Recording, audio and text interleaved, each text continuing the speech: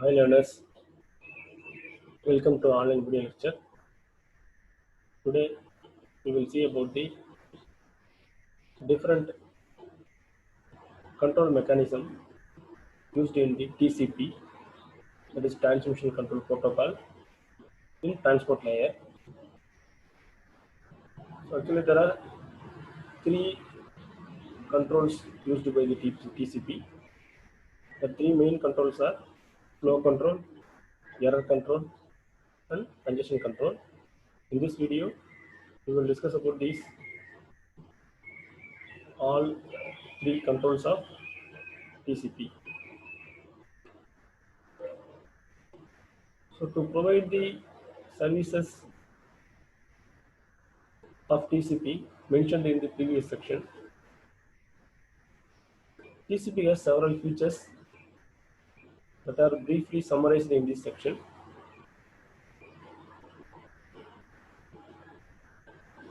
The main features of TCP is flow control, error control, then congestion control.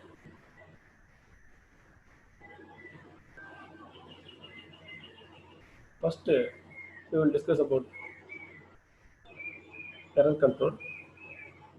So, TCP uses error control to minimize the errors occurred in the data packets. Here, the data packet is here called as segments. In network layer, datagram is called as packets. Similarly, in case of transport layer, datagram is called as the segments. So in error control, TCP minimize the errors occurred in the segments in between the source and receiver. So the TCP protocol has the methods to find out the corrupted segments and then missing segments, or if the segments are out of order and if there are any duplicate segments. So error control in TCP mainly done with the help of three simple techniques. The techniques are checksum method, and then acknowledgement method, and then retransmission method. So in checksum method, every segment contains the one field. That field is called a checksum field, which is used to find the corrupted segment.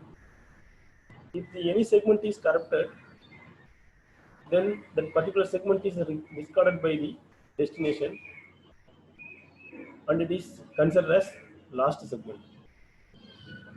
Then in acknowledgement method, TCP has another mechanism called the acknowledgement segment to confirm the data segments have been delivered. Control segment that contains the no data, but as the sequence number will be acknowledged as well. But in this case, acknowledgement segments are not acknowledged. So if the acknowledgement segments are not acknowledged, means there is some error occurred in the segments sent by the sender.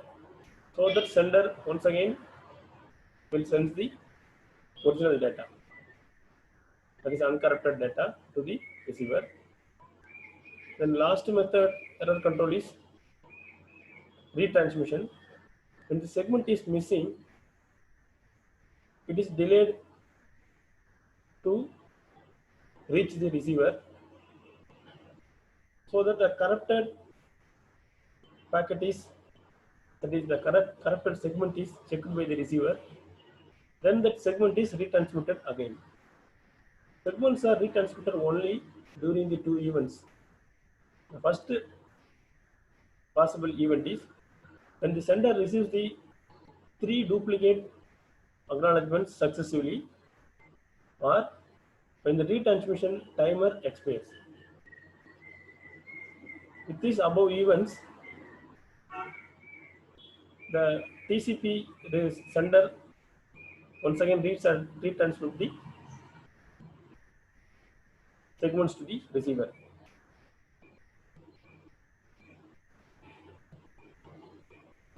For this error control, TCP mainly uses two techniques with the help of timing. First timing is retransmission timeout. Then second one is retransmission RTT, that is round trip time. So in retransmission after RTO means retransmission timeout, the TCP preserves one timer for all the sent segments, but not all acknowledgement segments. When the timer runs out of time, the earliest segments, that is already retransmitted segment, is once again retransmitted. Hence, no timer is set for the acknowledgement. In TCP, RTO value is dynamic in nature and it is updated with the help of RTT, round trip time of the segments. The RTT is the nothing but the time duration needed for the segment to reach the receiver and the acknowledgement to be received by the sender. So this is the time calculation in between the time to take to reach the sender and time to take acknowledgements reach to receiver. Retransmission after the 3 duplicate acknowledgement segments. So RTO method works well when the value of retransmission timeout is small. So if the RTO time value is larger, means more time is needed to get the confirmation about whether the segment is really delivered or not. Sometimes one segment is lost, the receiver receives so many out of order segments that they cannot be saved. So in order to solve this situation, 3 duplicate acknowledgements method is used. In missing segments is retransmitted immediately instead of retransmitting the already delivered segments.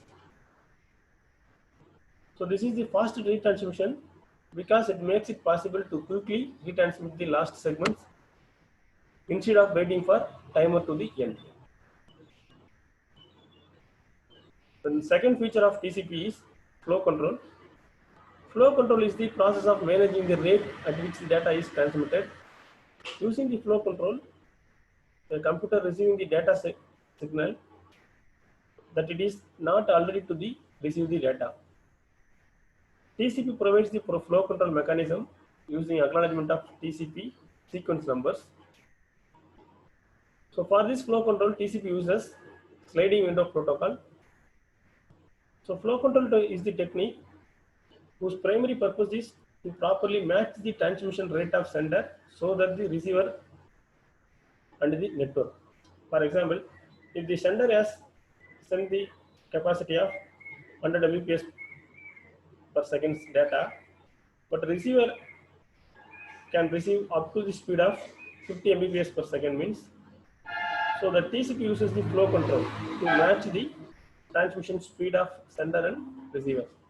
Because the transmission speed of sender is 100 Mbps, here transmission speed of receiver is 50 Mbps, so that the transmitter of the transmission speed of sender have to reduce to match the speed of receiver. So this is done by the help of flow control mechanism of TCP. So it is important for the transmission to be at a high enough rate to ensure good performance, but also to protect against the overwhelming of network or receiving host. So TCP uses this on window field. So this is the window field as the primary means of flow control. So this is the window field. So during the data transfer phase, the window field is adjusted to the rate of flow of byte stream between the communicating TCPs. So if here the window size is 4 bytes.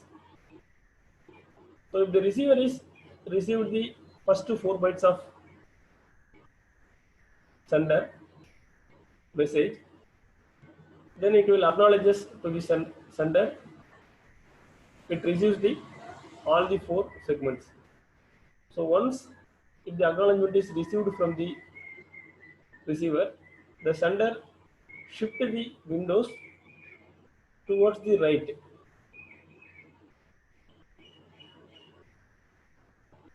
So the second diagram, for example, if segment byte 1 and byte 2 is received and it is acknowledged by the receiver, means the sender shift the windows to the right of segments. So again 3, 4, 5, 6 will be sent and wait for acknowledgement. If the acknowledgement is received, then once again move to the right. So this process is going on like this. So this diagram explains the concepts of flow control. So the concept used in this sliding window is the sending device can send all the packets within the data window size as specified in the TCP header. Window size is specified by the TCP header without receiving the acknowledgement, and should start a timeout timer for each of them. A receiving device should acknowledgement each packet it received, indicating the sequence number of last well received packet. After receiving the acknowledgement from the receiving device, the sending device slides shift the window to the right side. In this case, the sending device can send up to 4 TCP segments, that is 4 bytes, mentioned in the previous diagram, without receiving an acknowledgement from the receiving device. After receiving the acknowledgement from segment 1 from the receiving device, sending device can slide the window 1 TCP segments to the right side, and sending window can transmit the segment 5 also. Because already 1 is reached by the receiver, so that remaining segments, that is from 2, 3, 4, 5, so that the segment 5 also included, because the size of TCP window is 4. So from 2 to 5, that is 2, 3, 4, 5, total count is 4 segments. So here the segment 5 is included after the receiving of acknowledgement from the receiver side. So if any TCP segment lost while its journey to the destination, the receiving device cannot acknowledge the sender. So consider while transmission, all the other segments reach the destination except the segment 3. So that the receiving devices can acknowledge up to segments 2 only. At the sending device, a timeout will occur and will retransmit the last segment 3. Now, the receiving device has received all the segments. Since only segment 3 was lost, now the receiving device will send the ACK for segment 5.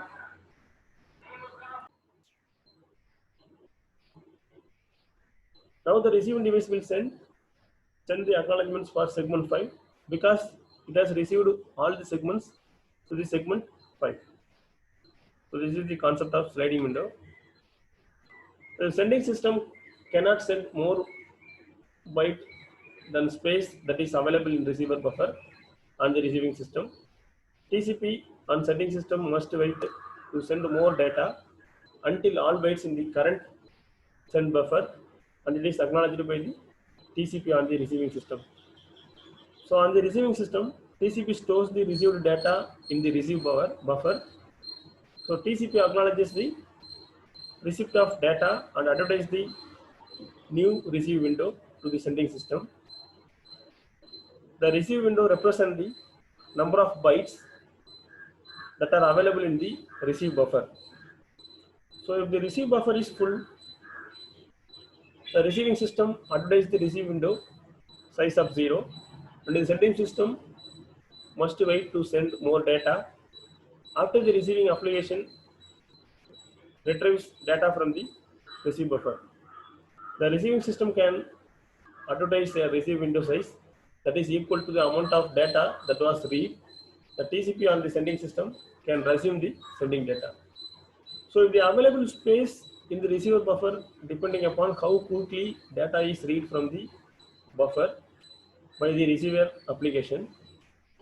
TCP keeps the data in its receive buffer until it receives the applications, reads it from the buffer. After the receiving application reads the data, the space in the buffer is available for new data. So ensures that here one main important thing in the sliding window protocol is you understand the TCP window size. When you use sliding window for flow control, the window size is amount of data that can be managed. That is the size of window. So you need to adjust the size of the window if the receiver buffer is receives more than it can communicate. So the final concept of sliding window is we need to adjust the size of window depending upon the size available in the receiver buffer of receiving system. That is the main thing. Then third features of TCP control is congestion control. So congestion control is mainly used to avoid the traffic in the networks.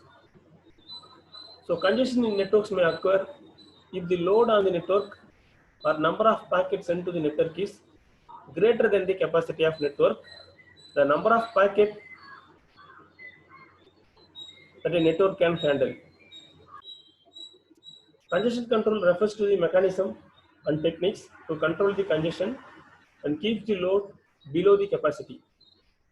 To control the congestion in the network, TCP uses both the sender and receiver agrees on the common window size for each packet flow. The window size represents the number of bytes that the source can be sent at a time. The window size varies according to the conditions of traffic in the network to avoid the congestion. So there are three methods popularly used to control the traffic in the networks. The three main congestion controls are additive increasing method, slow start method, then retransmit method.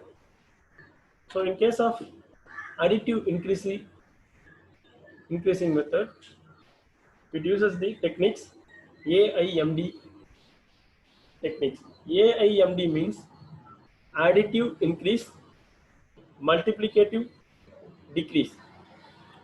So the TCP maintains the congestion window, which is used by the source to limit how much data allowed to the destination. The congestion window represents the amount of data in bytes.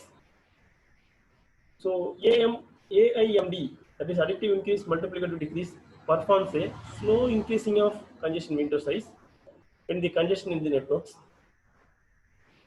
decreases and a fast drop in the window size when congestion is increases. So that is the concept of AIMD. That is the slow increasing of window size when congestion is decreased and fast decreasing of window size when congestion is increased. So this is the main thing.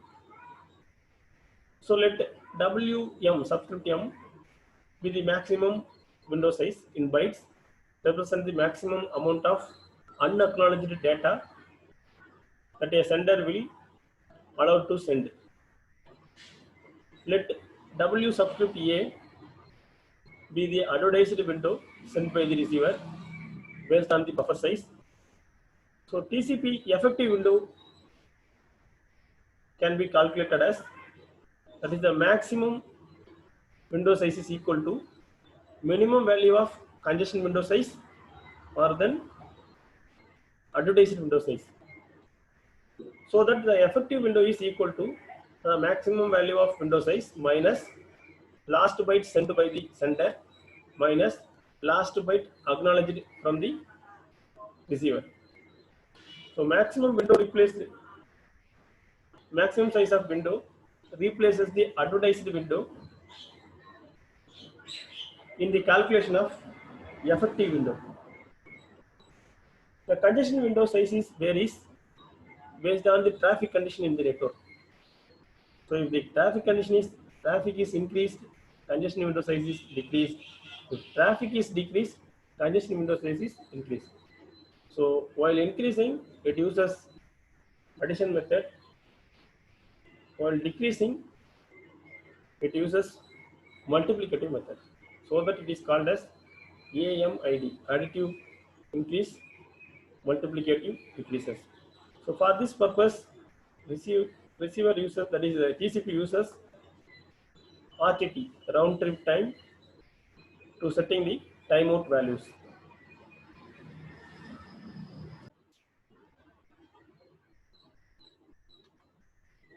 So this is the diagram of AIMD. It is additive increasing and multiplicative decreasing. So first the sender is send the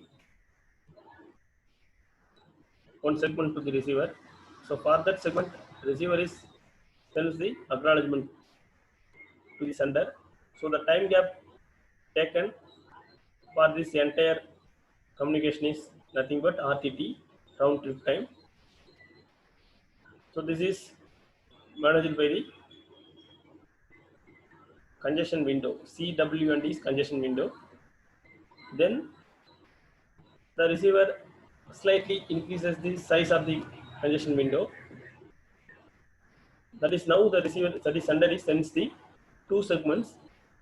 For the two segments, receiver sends the acknowledgement to the sender. So after receiving the acknowledgement, the sender again slightly increases the size of the congestion window. So now the sender sends the three segments to the receiver. For that three segments, receiver sends the acknowledgements to the sender. So in this case, the sender is slightly increases the size of the congestion window when the traffic is minimum. Similarly, it also uses, that is reduces the size of the congestion window if the traffic is maximum. So this is the concept of AIMD method. Then second method is slow start method. Slow start method is increases the size of the congestion window non-linearly, and in most cases it is obeyed by the graph of exponential. So as compared to the linear increase in additive increase. So this is the main difference between the slow start method and AIMD method. AIMD method, the size of the window is linearly increased. In slow start method, the size of the window is non-linearly increased based on the exponential. So source initially set the congestion window to one packet. When it receives the acknowledgements from the receiver, the source sets the congestion window to the two packets. Now the source sends the two packet. After arriving the two corresponding acknowledgements from the receiver, now the TCP sets the size of the congestion window to 4. Thus the number of packet transit doubles for every RTT, round trip time. So this is the diagram, shows the slow start exponential increase. The concept is same as to AIMD method, but here the size of the congestion window is doubles for every RTT. So first RTT, the size of the window is, that is 1. Then second RTT, the size of the window is 2. And third RTT, size of the window is 4. Then fourth RTT, the size of the window is 8. So it is increased based on the doubling of previous sending segments. Then third technique is fast retransmit. So fast retransmit is the retransmission of dropped packets sooner than the regular timeout mechanism. The fast retransmitted mechanism does not replaces any regular timeouts, just it enhance the facility only. The idea is used for fast transmit is straightforward. Every time a data packet arrives at the receiving side, the receiver responds with acknowledgement, even if this sequence number has been already acknowledged. Thus, when the packet arrives out of order, when TCP cannot yet acknowledges the data that packet contains because earlier data has not yet arrived, TCP resends the same acknowledgement it sent the last time. So the second transmission of same acknowledgement is called as duplicate acknowledgement. When the sender side receives the duplicate acknowledgement from the receiver, sender knows that the other side must have received a packet out of order. So which suggests that the earlier packet might have been lost. So that it is also possible for earlier packet has only been delayed rather than lost. The sender waits until it sees some number of duplicate ACK from the receiver. After that, the sender retransmits the missing packet. In practice, TCP waits until it has been received 3 duplicate acknowledgements before retransmitting the packet. So this is the method of fast retransmit. So in the fast retransmit, it mainly depends on the 3 duplicate acknowledgement from the receiver. If the sender receives the 3 duplicate acknowledgement consecutively from the receiver side, the sender will retransmit the transmitted packet. So this is the diagram, shows the examples of fast retransmit. So in this case, the packet 3 is lost, that is, it is not delivered to the receiver. So the receiver sends the 3 duplicate acknowledgements to the sender side, so that the receiver sender is sends the packet 3. So because the packet 3 is not delivered to the receiver, so it again retransmits the packet 3. So this is the example of fast retransmit method. So now this graph shows the congestion, how the congestion will affect the network throughput when the load is increases. So if the load is increases and the network has no congestion, the throughput of the network is gradually increases, so that the capacity of network has been increased. So if the congestion is occurred in the network and also the load amount also increases, then automatically the size of, that is the throughput of network becomes decreases. So that the throughput means performance. The throughput of network depends upon the load and also the congestion occurrence of the network. So when there is no congestion, the throughput will be maximum. Similarly, if there is any congestion, the throughput will be linearly, that is gradually decrease.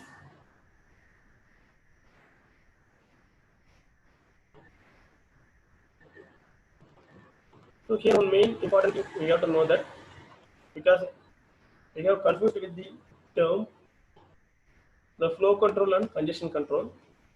So to avoid that confusion, so this comparison will be helpful for us. So flow control is mainly done by the server machine. Just to keep in your mind. Similarly, congestion control is done by the router. Flow control is used for server. Congestion control is used for router. So flow control cannot block the bandwidth of the medium, but congestion control can block the bandwidth of the medium, because the traffic is the congestion. The traffic only affects the bandwidth of medium. So flow control affects less than the network performance. Congestion control affect more on the network performance. Flow control uses buffering. Congestion control not uses buffering. So this is the comparison between flow control and congestion control. So in this video, we have to learn about the different control techniques used by the TCP to control the error and data flow and congestion in the networks. So for error control and flow control and congestion control is mainly used by TCP in the transport layer.